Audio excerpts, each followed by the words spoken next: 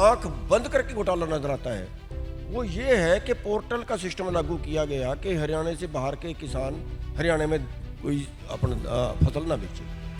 वो पोर्टल का सिस्टम शुरू किया और अब का जो धान का पोर्टल हुआ वो जो पोर्टल लोगों ने करवाया, किसानों ने करवाया, वो 4,83,897 किसानों ने पोर्टल करवाया और कुल पोर्टल 28,80,192 एकड़ का करवाया। लेकिन गजब की बात ये है कि वेरिफिकेशन जो हुई 30,16,285 एकड़ की, यानी 1,36,116 एकड़ वो है जो किसी ने पोर्टल करवाया ही नहीं। 7 जिलों में जो है 6 जिले वो हैं जिनके अंदर पोर्टल तो हुआ लेकिन धान खरीद नहीं हुई। अब होता है वहाँ पे और धान होता है उन 6 जिलों में। अब हमारा कहना ये अगर धान था तो खरीदा क्यों नहीं, और अगर था नहीं तो पोर्टल क्यों हुआ? ये तो वो है जो बिल्कुल बंद आंखों से भी देखा जा सकता है। पिछले साल भी फ्रॉड था, निकासी भी थी, फ्रॉड भी था, फिर भी 54 लाख टन आई, अब की बार 62 लाख टन आ गई। जबकि अब की बार तो फसल को नुकसान भी हुआ है, जिस तरह से बाढ़ आई उसकी वजह से खेत पानी से भर गए, उसकी वजह से भी नुकसान हुआ। लास्ट तक बारिश हुई, जो किसी के जो अच्छा खेत था उसकी भी निकासी कम रही। हमने हजारों ट्रक धान के और चावल के वहां से आए पकड़वाए के ये सीधा ये देखो राइस मिल में उतर रहा है, ये देखो इस राइस मिल में जा रहा है, जो बाहर से आ रहे थे हजारों ट्रक रात भर पहरे देके। FCI कहती है हम जिम्मेवार नहीं, मार्केट कमेटी कहती है हम जिम्मेवार नहीं, और जो सरकार की एजेंसियां पुलिस कहती है हम जिम्मेवार नहीं। और आप किसे जिम्मेदार मानते हैं? आखिरकार कौन जिम्मेदार है इस? ये सारे मिलके घोटाला करवा रहे हैं। मंडी वाले भी, खरीद एजेंसियां भी, प्रशासन भी और हमारे नेता भी।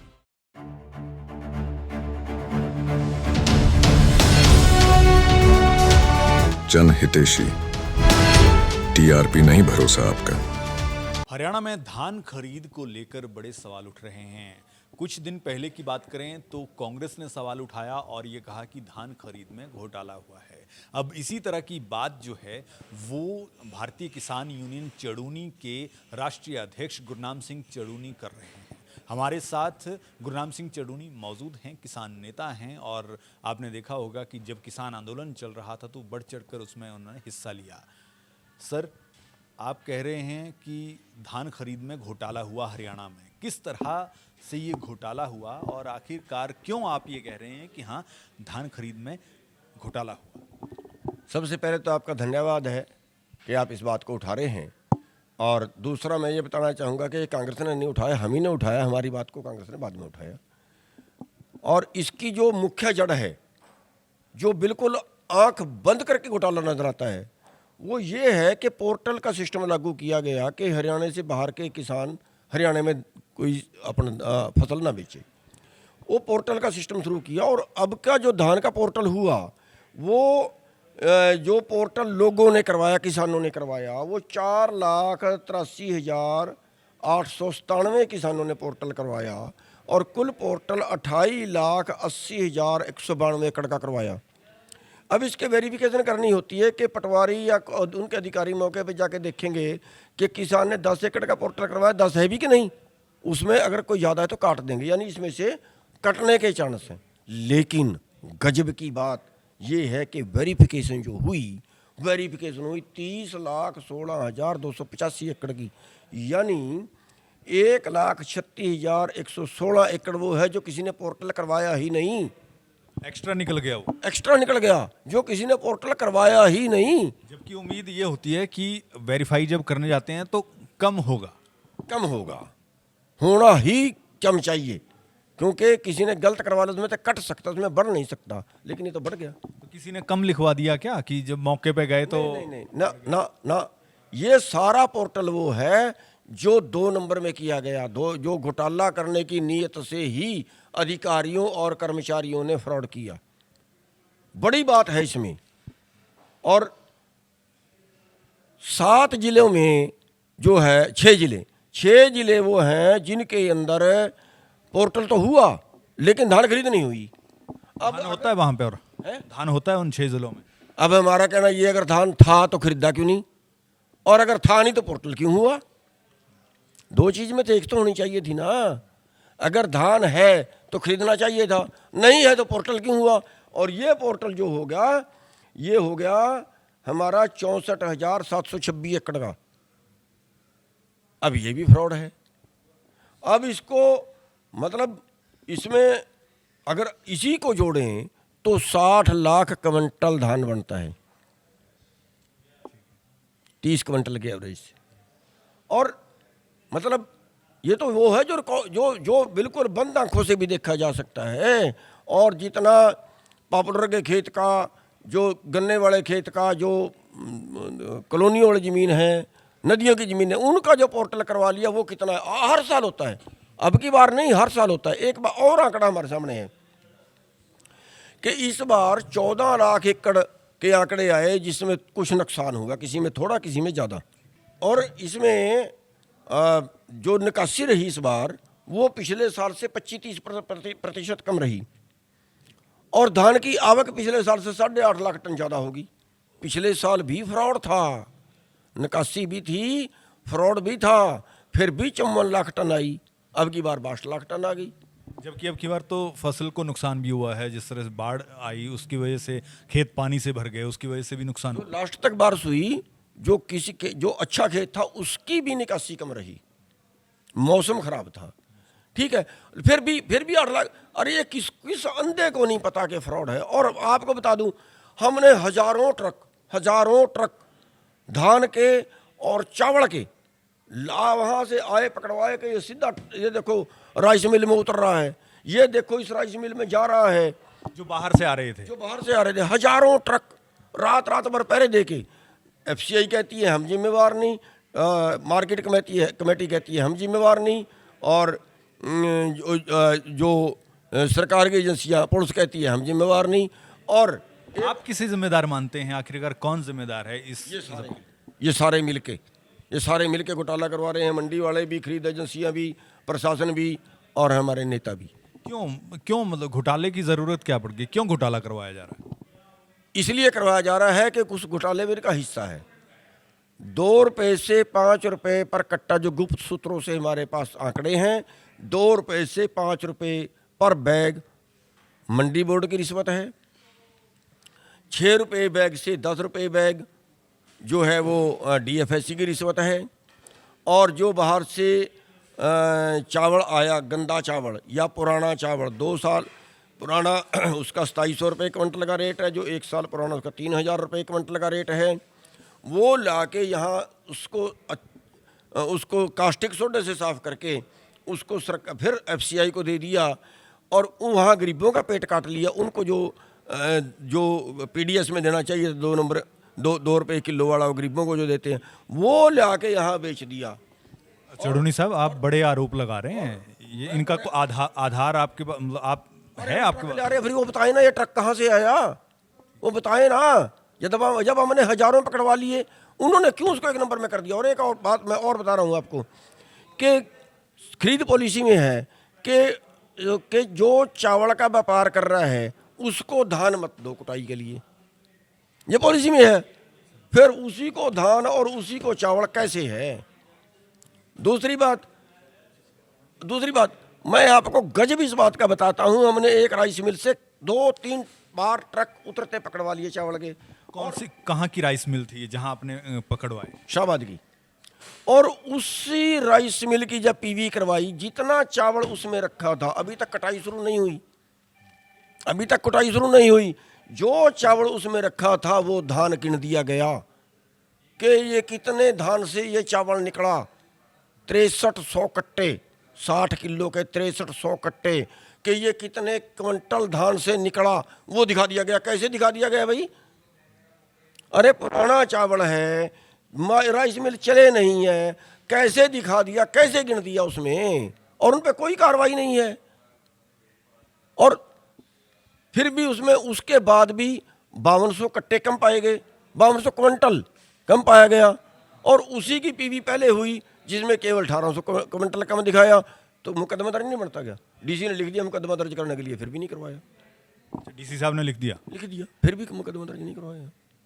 आगे आप कैसे इसको और आगे लेकर जाएंगे ताकि इस मामले में सरकार के स्तर पर, प्रशासन के स्तर पर कड़ी कार्रवाई जो है वो हो और इस पूरे मामले को कार्रवाई हो ही नहीं सकती, क्योंकि जो चोर हैं, चोर ही संलिप्त मैं हैं। ये कहूं कि थानेदार ही चोर है, जो पकड़ने वाले हैं वही चोर हैं, करवाने वाले कार्रवाई कौन करेगा? हमारी तो मांग ये है कि ये सारा केस सीबीआई को दे दो। सीबीआई की मांग कर रहे हैं, सीबीआई जांच। मांग कर रहे हैं, सीबीआई तो इसमें कुछ कर ले तो कर ले, और वरना ये इनमें तो जिसकी करवाते भी है ना, वो राइस मिलर से ये कह के कि भाई देखो तेरी शिकायत है, अब हमें जो रिश्वत है वो ज़्यादा दे दें, वो रिश्वत उनकी बढ़ जाती है।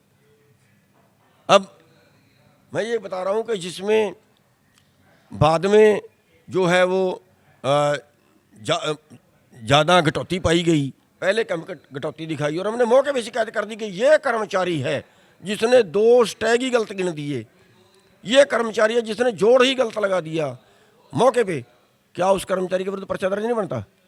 और वही कर्मचारी करवाने वाला वही गिनने वाला है। शिकायत के बाद वही कर्मचारी गिनने वाला है, और उसने फिर गड़बड़ कर दी और फिर भी कार्रवाई नहीं। अब और क्या करें हम? मतलब ये तो वो हो गया कि बस और चोर और कुत्ती मिले हुए हैं, राखी कौन करेगा? हम तो एक तड़फ रहे हैं कि देश उजड़ेगा। गरीबों का 2 रुपये किलो वाला, जिनका बेचारों को पेट नहीं भरता, उनको सरकार पे देती है उनको खाने के लिए, अरे वो भी बेईमान लाके यहाँ बेच गए, इससे बड़ा पाप क्या होगा? और जो एफसीआई किन राज्यों से आ रहा है चौधरी साहब, आपको कुछ आइडिया है कि किन राज्यों से ये धान जो है वो यहाँ प्रदेश और बिहार से, दोनों स्टेटों से रहे, मौके पे ट्रक पकड़वा तो लिए खड़े, ये खड़े। हाँ भाई साहब, हम क्या बताएं, एक ट्रक में एफसीआई के कट्टे थे, एफसीआई के कट्टे थे लदे हुए। यानी सरकारी उत्तर प्रदेश से सरकारी धान यहाँ पे आ रहा है। सरकारी जिस पे एफसीआई जो चावल इनसे लेती है वही चावल दोबारा घूम के आ गया। यानी एफसीआई के कट्टे थे जो गरीबों को बांटने थे, गरीबों को नहीं बांटे, वो घुमा के यहाँ ले आए, यहाँ बेच दिया के बेच दिया, और हमने पकड़वा दिया मौके पे, फिर भी कार्रवाई नहीं है। अब आगे एक तो आप सीबीआई जांच की मांग कर रहे हैं, इसके अलावा क्या इसको सीएम साहब से आप मिलने जाएंगे या फिर गवर्नर साहब से इस मुद्दे पर मिलने जाएंगे? कुछ इस तरह का विचार है आपका? भाई साहब किससे मिले? सीएम साहब को मिलके बता दिया, गजब तो इस बात का है, सीएम साहब को मिलके बता दिया। और सीएम साहब का additional principal secretary Saket Kumar ji बैठे हैं और वो सेलर वालों की वकालत कर रहे हैं, मौके पे बैठे हैं, राइस मिलरों की वकालत कर रहे हैं। जिस राइस मिलर की मैं बता रहा हूँ कि पहले उसका 1800 क्विंटल लगाया, हमने कहा नहीं ज़्यादा है, वो वकालत कर रहा है, हमने ये भेज दिए गिनने के लिए, वो भेज दिया, आपको तो किसी में एतबार ही नहीं है। मैंने ये कहा कि चलो मेरे साथ में, मैं चलता हूँ साथ में, अगर मेरी बात झूठ पाई जाए मैं यूनियन छोड़ दूंगा आज ही। तब जाके उसकी दोबारा फिजिकल वेरिफिकेशन करवाई और 11,500 क्विंटल कम पाया, और 11,500 क्विंटल पाने के बावजूद पर्चा फिर भी दर्ज नहीं करवाया। साकेत कुमार जी की नॉलेज में होने के बावजूद पर्चा दर्ज नहीं करवाया, किसके आगे रोएं? और ये भी द्वारे पीवीबी सीएम साहब ने कहा उसको तब करवाई, वरना करवाता नहीं था। आगे अब सीबीआई जांच की मांग, मेरा सवाल वही है कि सीबीआई जांच की मांग तो आपकी है ही है कि हाँ सीबीआई इस मामले की जांच करे, लेकिन अगर सीबीआई इस मामले को नहीं लेती है या फिर इसमें देरी होती है तो फिर अगला कदम आपका क्या होगा? भाई साहब हम कर भी क्या सकते हैं, हम कहाँ टक्कर मारें? हम तो मीडिया से रिक्वेस्ट कर रहे हैं कि मीडिया इस बात को उठाए ताकि एक पब्लिक मुद्दा बने। और हमारे पास तो जितने धरने प्रदर्शन होते हैं वो कर ही रहे हैं। पहले भी सीएम साहब के आगे भी धरना दिया है, प्रदर्शन भी किए हैं, डीसी के आगे भी धरने दिए हैं, और रातों को पूरे पहरे दे दे के कितने ट्रक हमने पकड़वाए हैं। और हम तो कितना करें, फिर भी हमारे से जितना बन पड़ेगा करेंगे, और हाई कोर्ट भी जाएंगे। और हम ये भी मांग करते हैं कि कृषि मंत्री और खाद्य आपूर्ति मंत्री, कई मंत्रियों के राइस मिल हैं, कई मंत्रियों के राइस मिल हैं, आड़त की दुकानें भी हैं, तो ये जो है जब खुद गड़बड़ करते हैं दूसरे को कैसे रोक देंगे वो?